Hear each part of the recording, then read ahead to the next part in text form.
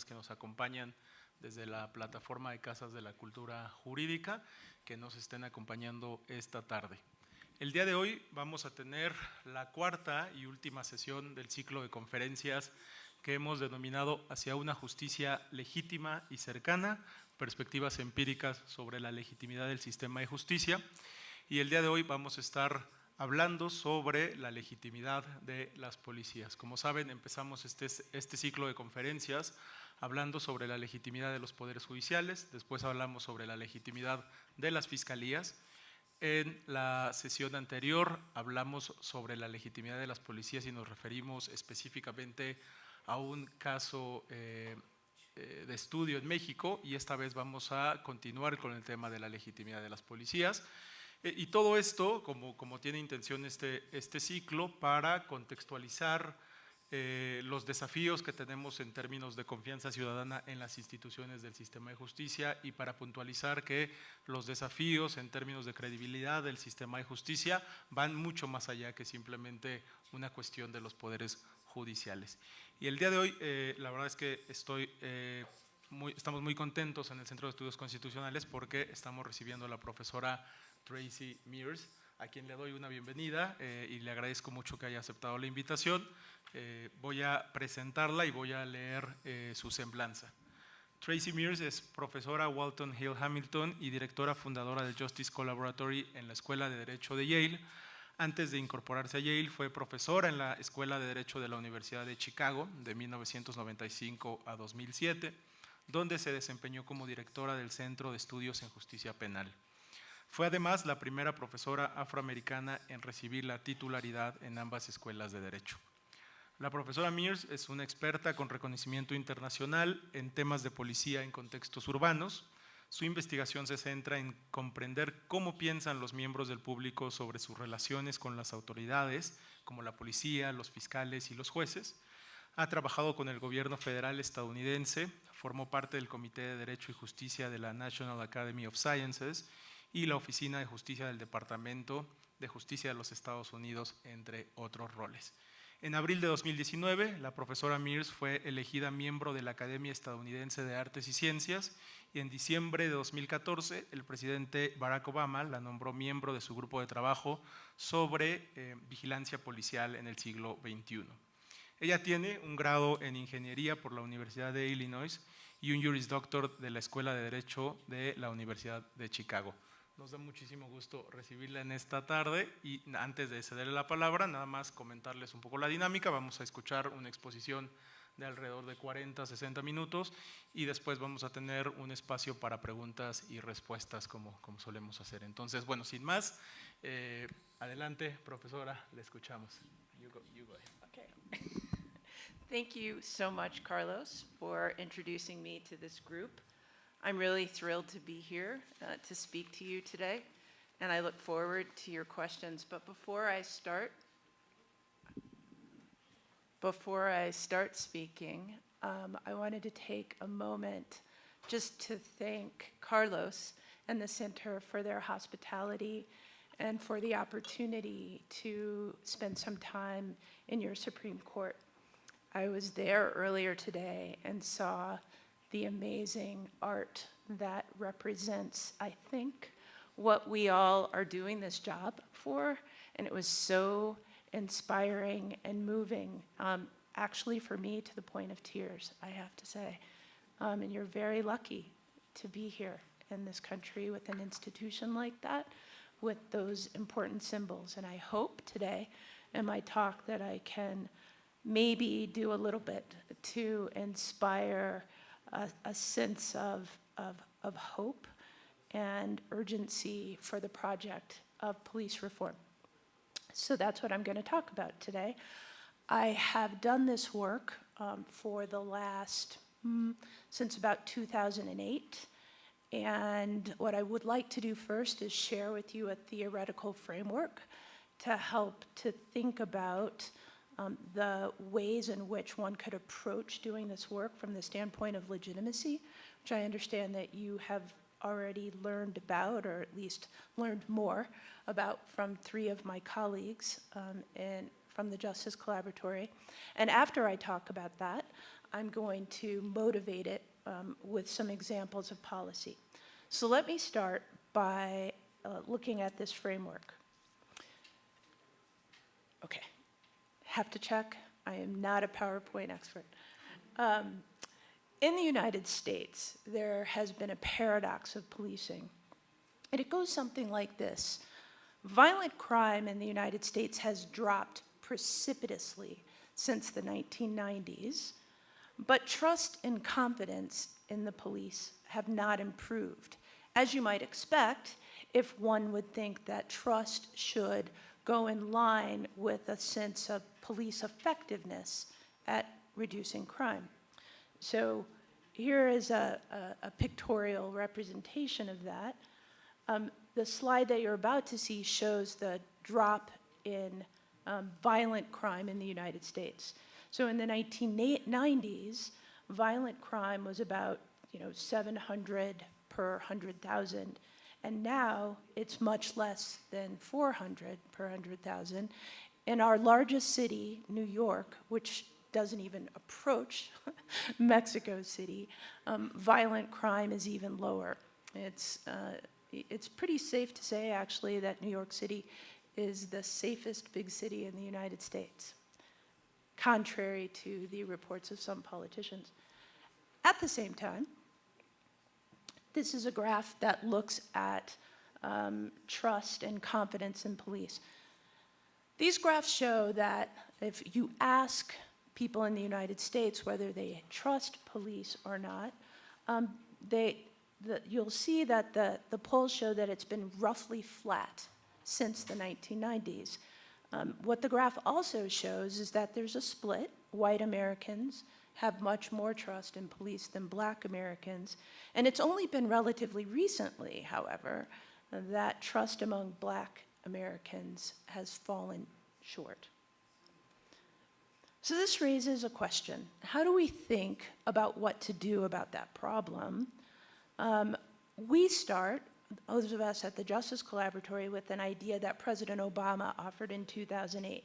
When any part of the American family does not feel like it's being treated fairly, that's a problem for all of us, not just a problem for some. And that's what the idea of legitimacy is getting at.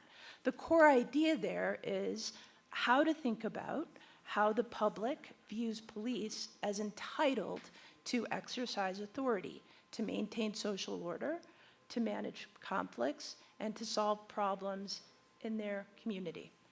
Our idea at the Justice Collaboratory is that we should focus on police legitimacy. Focusing on police legitimacy is a really good idea. Why? Because it focuses and promotes voluntary compliance with the law. That is, people obey the law because they want to, not because they fear the consequences of failing to do so.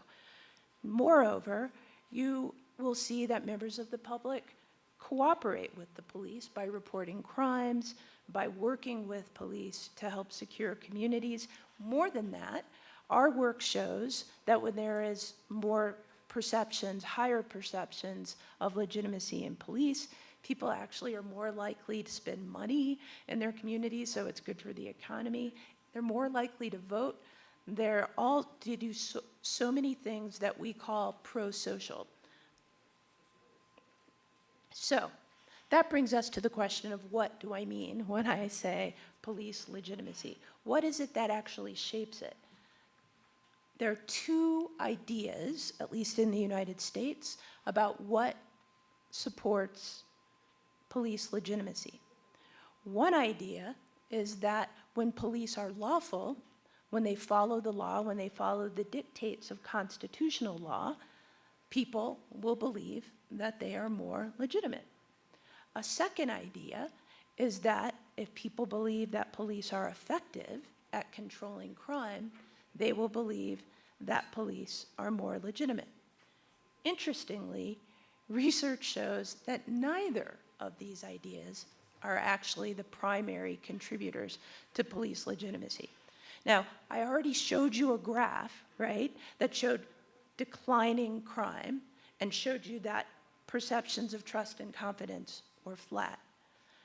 There's another idea, though, about lawfulness that I think deserves a little bit more exploration. And I'd like to demonstrate it by using what I call a compass.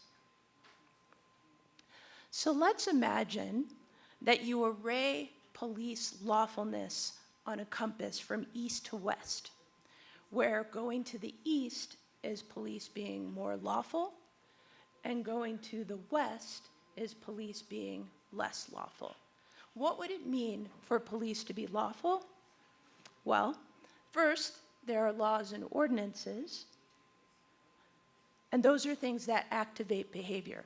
That is, police are not entitled to interact with a citizen or do anything unless there's a law that actually authorizes their behavior, like a law against robbery, murder, something like that, or administrative laws, right? Second, there are rules and regulations, SOPs, you see those? That's standard operating procedures. That's administrative law, essentially, that activates what police do, but can also limit their conduct. Third, you might have court rulings and decisions. In the United States, many of those decisions have to do with constitutional law. Are police actually observing individual rights? Are they ensuring that they're not interfering with individuals unless it comports with constitutional amendments and so on? So that provides legal limits. The lawfulness idea would say that if police are obeying this constellation of laws, then people would tend to find that they are legitimate. But our work shows that legitimacy tends to be a function of something different. And to understand legitimacy, you have to know more about procedural justice. Now, I don't know how many of you have attended the previous lectures, so I'm going to go through procedural justice pretty quickly. But what our work has found is that the primary issue shaping people's views about legitimacy when dealing with the police is whether police are exercising their authority in fair ways.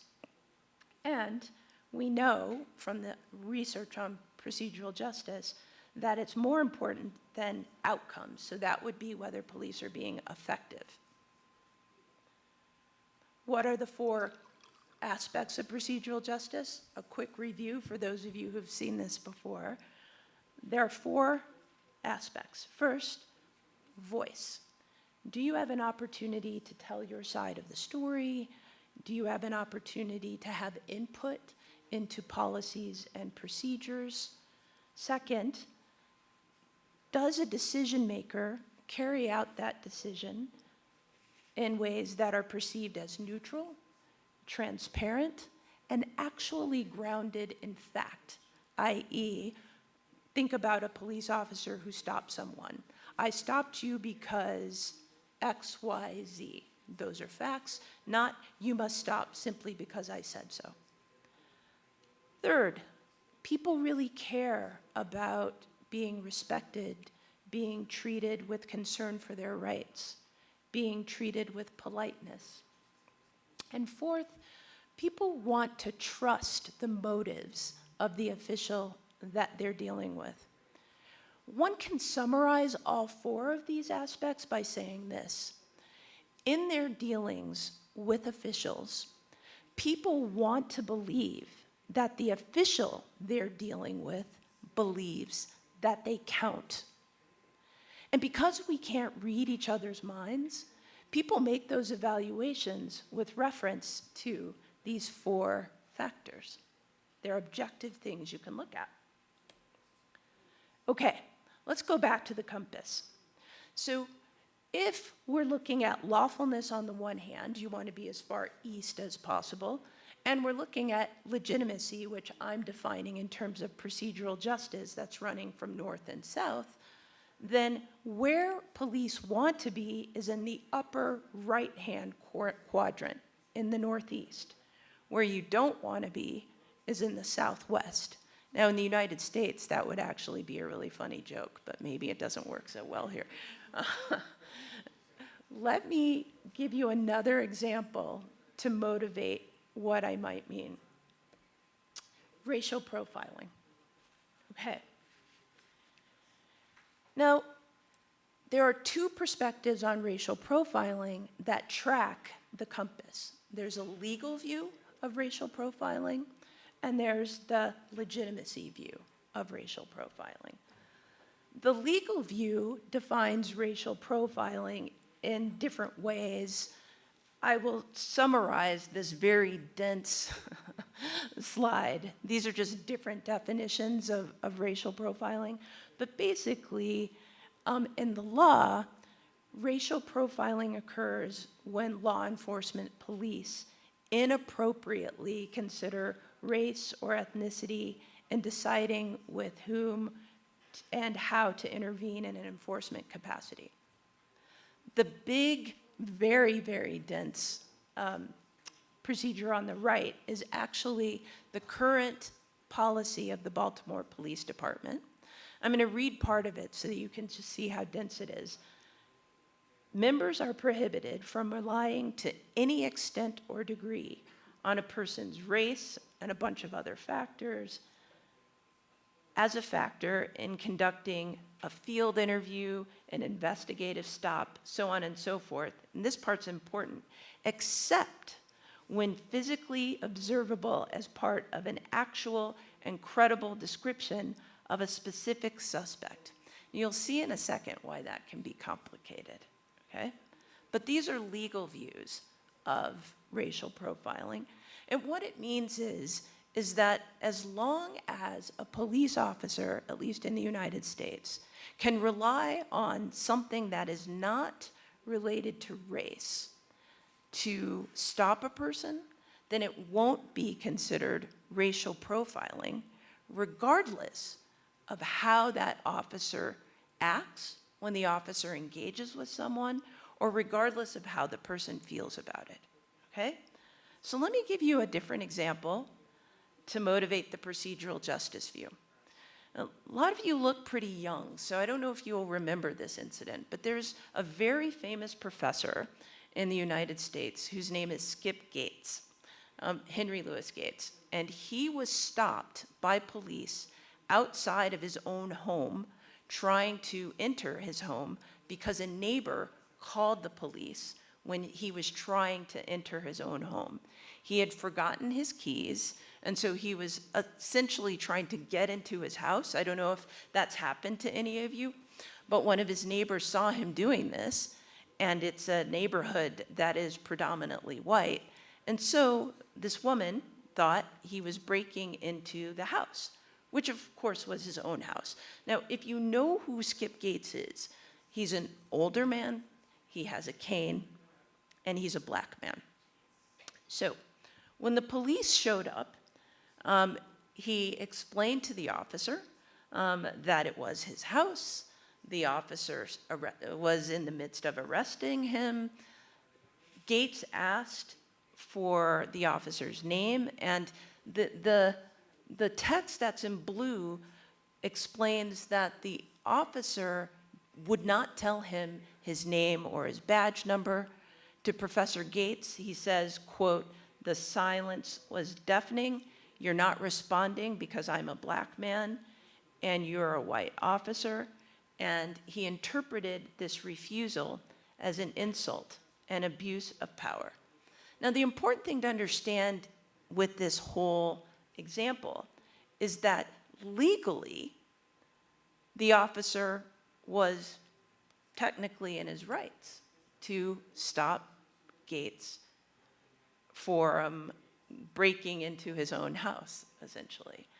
And there's nothing in constitutional law in the United States that necessarily would say that it is a violation of the Constitution for the officer not to provide Gates with his name and badge number. It's a violation of standard operating procedure, but it's not a violation of constitutional law. And if it's not a violation of constitutional law, then technically it's not considered racial profiling in the United States. Many people of color in the United States, however, think when they've been in interactions that look like this, that they have been racially profiled. The policing agencies will say, what we have done was not against the law, Therefore, it's not racial profiling. So now you see the clash, right, in the compass between the east-west view on the one hand and the north-south view. Further empirical evidence shows, at least this is work done by Jennifer Richardson at Stanford University, that systematically police are less respectful to black drivers, systematically. And interestingly, this research does not show that police are always rude to black people and polite to white people. It's very subtle, right? What it shows is that systematically, police are less respectful to black people than white people. And so it's the subtle kind of what's going on here that makes me feel, I'm pointing to myself as a black person, that you're not taking me seriously, right? To try to figure out how this works, Tom Tyler and I did an experiment. What we were trying to do was to see systematically how people view the difference between lawful policing on the one hand and legitimate policing on the other. Let me give you a little background here. This graph here shows what I've already been talking about. We already knew from research that people are much more likely to accept police decisions when police engage in ways that are consistent with procedural justice. And they care less, right, about outcomes. But the question was, how did lawfulness work in this?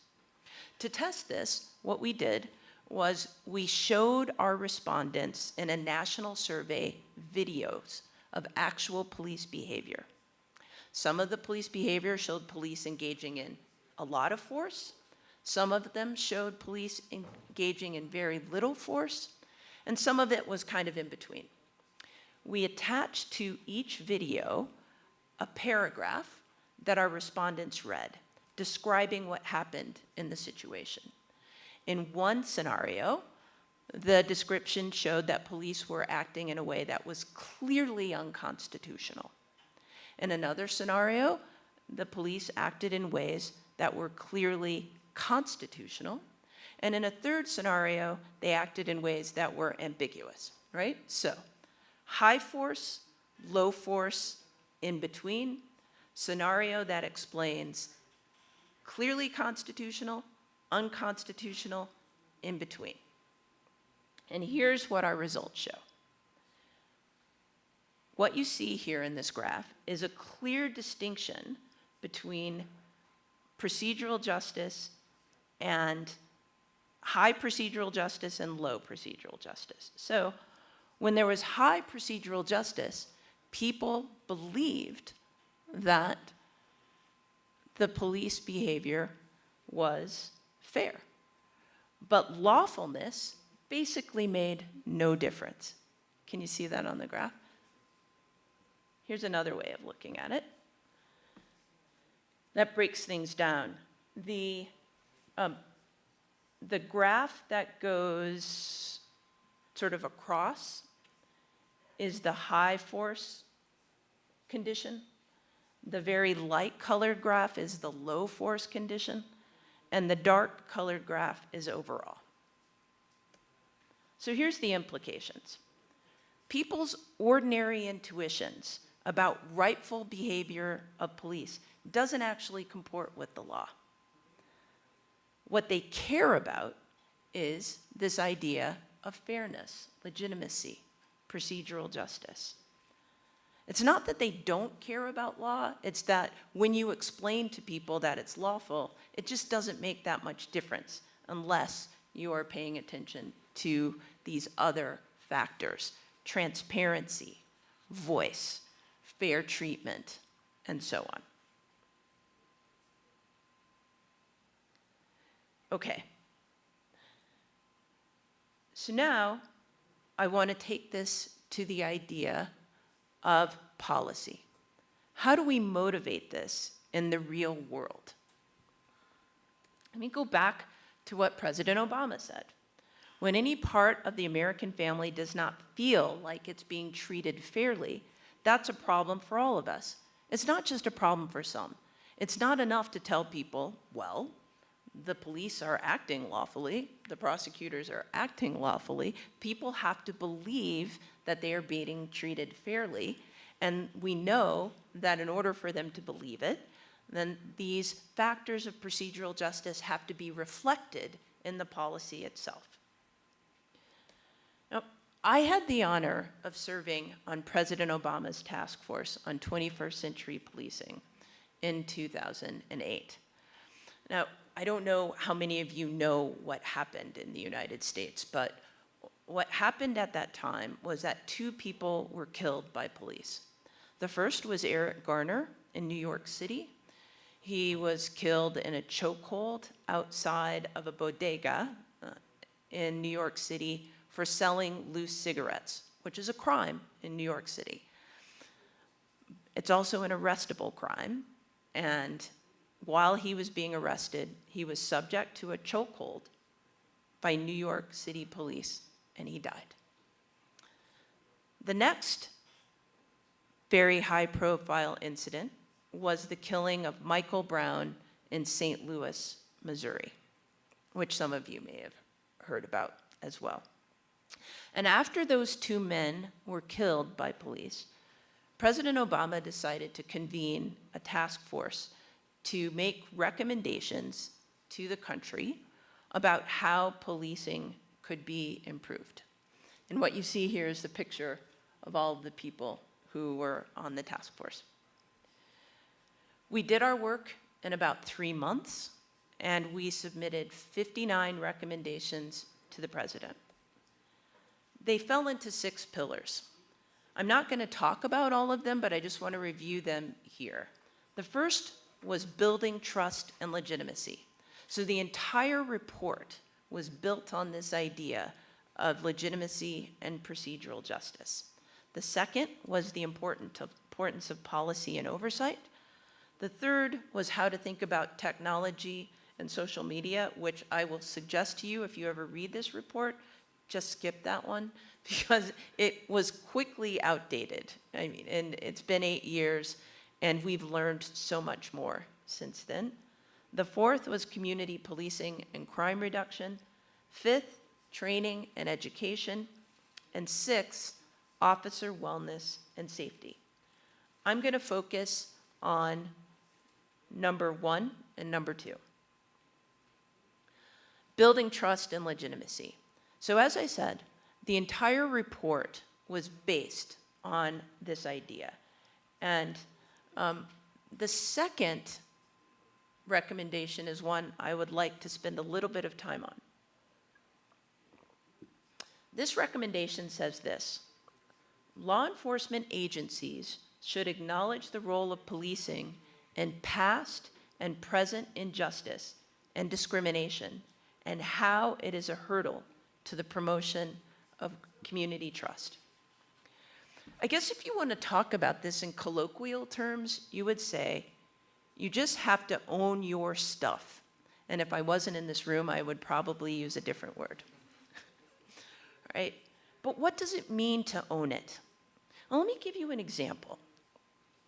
I don't know how many of you know about Selma, Alabama, and the Edmund Pettus Bridge. But back in the 60s, before I was born, but not that much before, there was a very famous march across that bridge by Black people who were seeking to vote. And the police at the time let out dogs and beat the people, and it was known later as Bloody Sunday. Decades later, when one of the leaders of that march was serving in Congress in Georgia, he went back to Selma. And the police chief there, unbeknownst to him, presented him with his badge.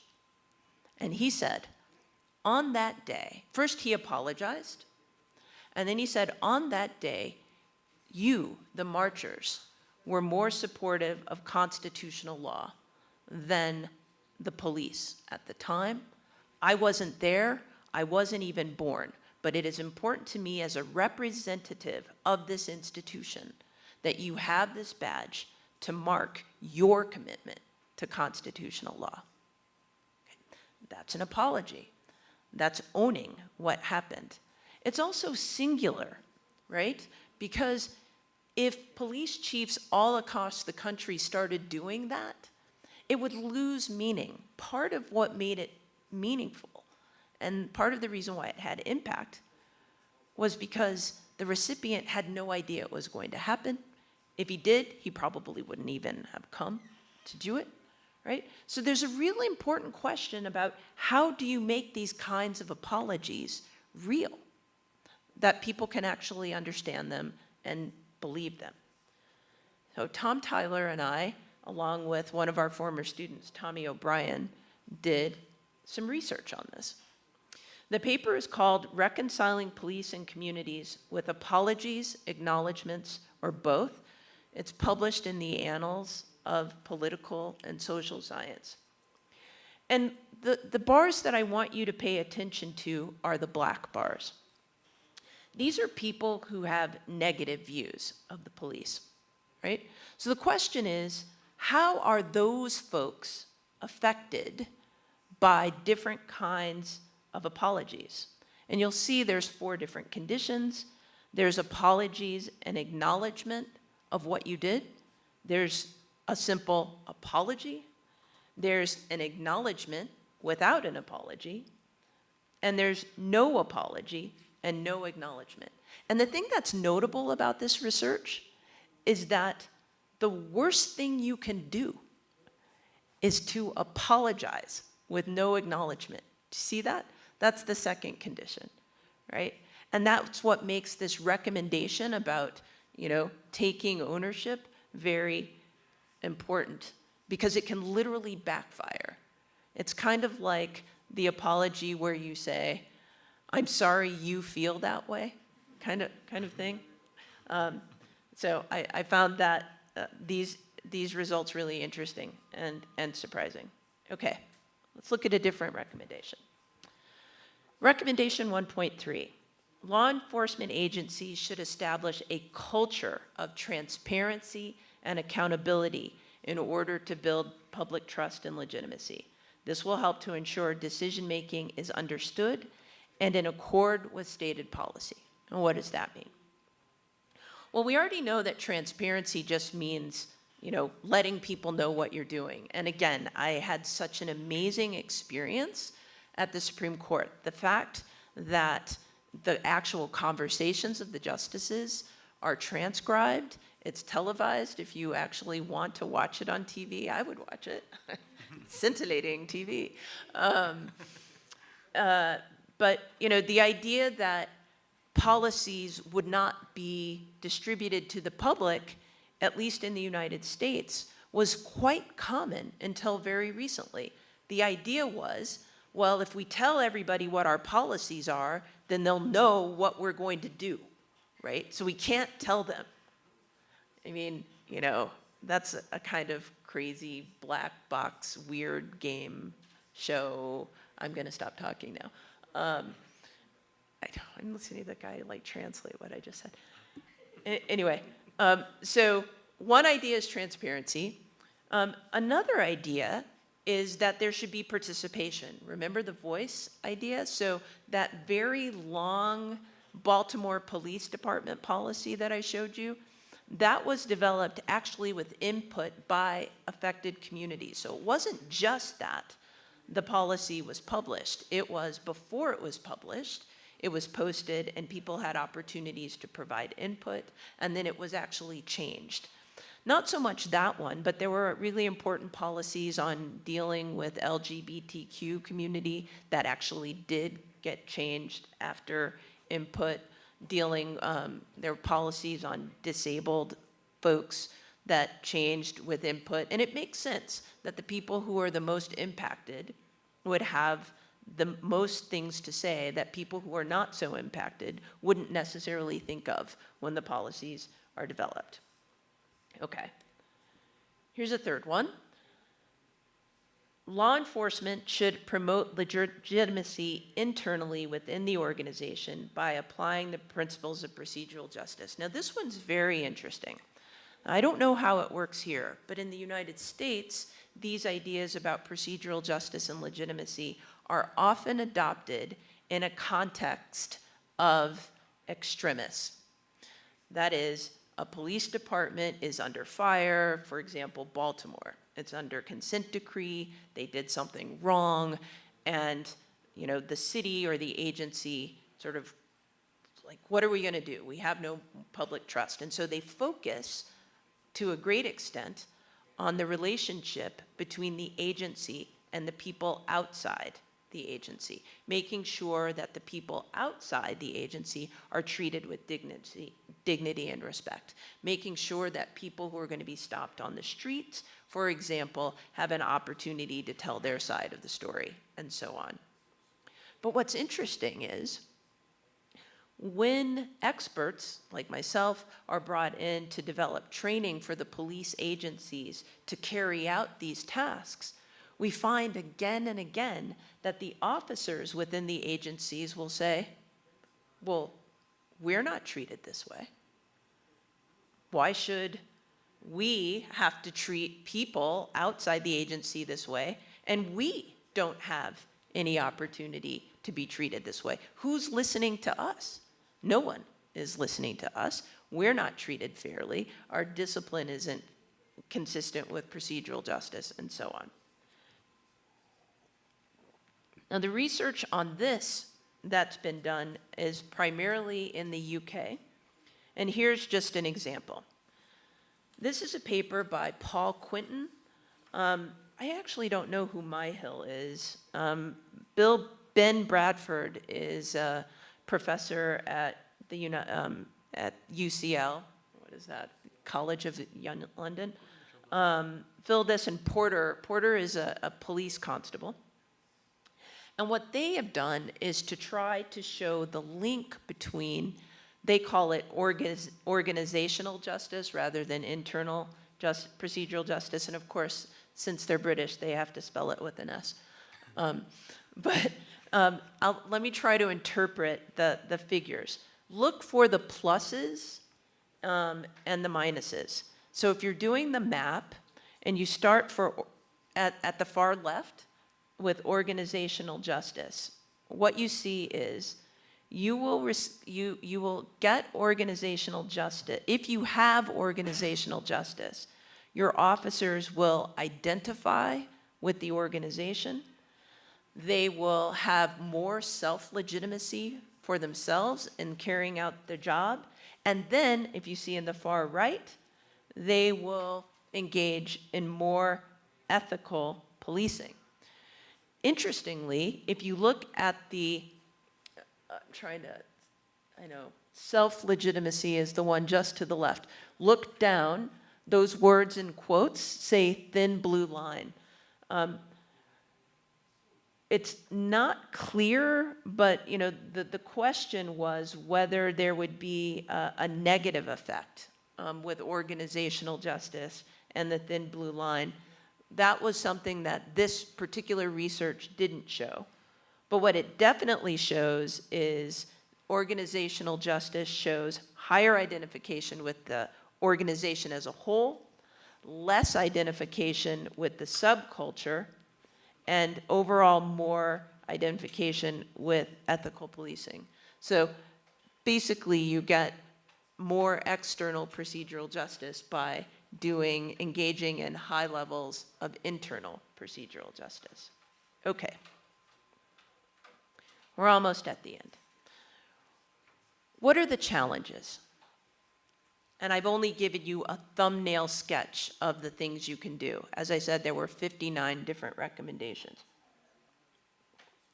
The challenges are real.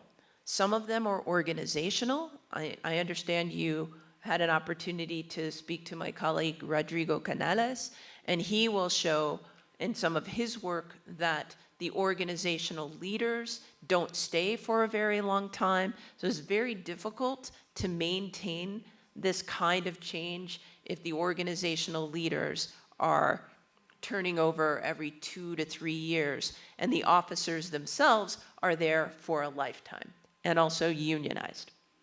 So that's one. Second, the accountability structures on the outside of the police might not be very helpful. So when police engage in wrongful behavior, so that was back to my point 2, that's the second pillar, accountability. If prosecutors aren't prosecuting them for violations, and if they are allowed to get away with violations of law and constitutional law, then that's a problem. And in the United States, for a very long time, that has been sort of business as usual. It's only been relatively recent that prosecutors are actually starting to charge police officers with crimes, hold them accountable, and put them in prison. For example, the officers who killed George Floyd are in prison right now. A third issue is the courts.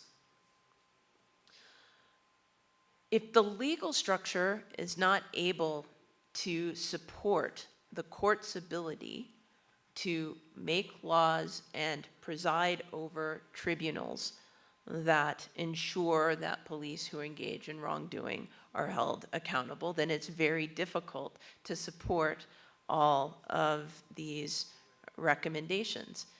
If the constitutional law itself, on which most of this depends, is not interpreted in a way that is very observant of individual rights, then it's difficult for these recommendations to be carried out. And that is a challenge that we are facing in the United States right now. A final challenge, I think, is that all of this takes time. I served on President Obama's task force 8 years ago, and at the time, we were very hopeful that things would change, that there would be a long, slow, but steady progression to change. And 2 years after our work started, there was a change of administration and Trump was elected. And when Trump was president, the words procedural justice were not allowed to be spoken in the Department of Justice, even though it's not something that we on the president's task force made up. So the challenges are real. It requires all of us to work together and also to take heart and know that we're in it for the long term. And I guess the last thing I will say on that is that I think it's difficult to have hope when you don't have inspiration. And one thing that each of you has here for inspiration are things like the incredible murals in your Supreme Court. I guess I would say if you are losing hope, if you have the opportunity to go there and spend some time in those hallways, then I think it will inspire you to keep going. Thank you.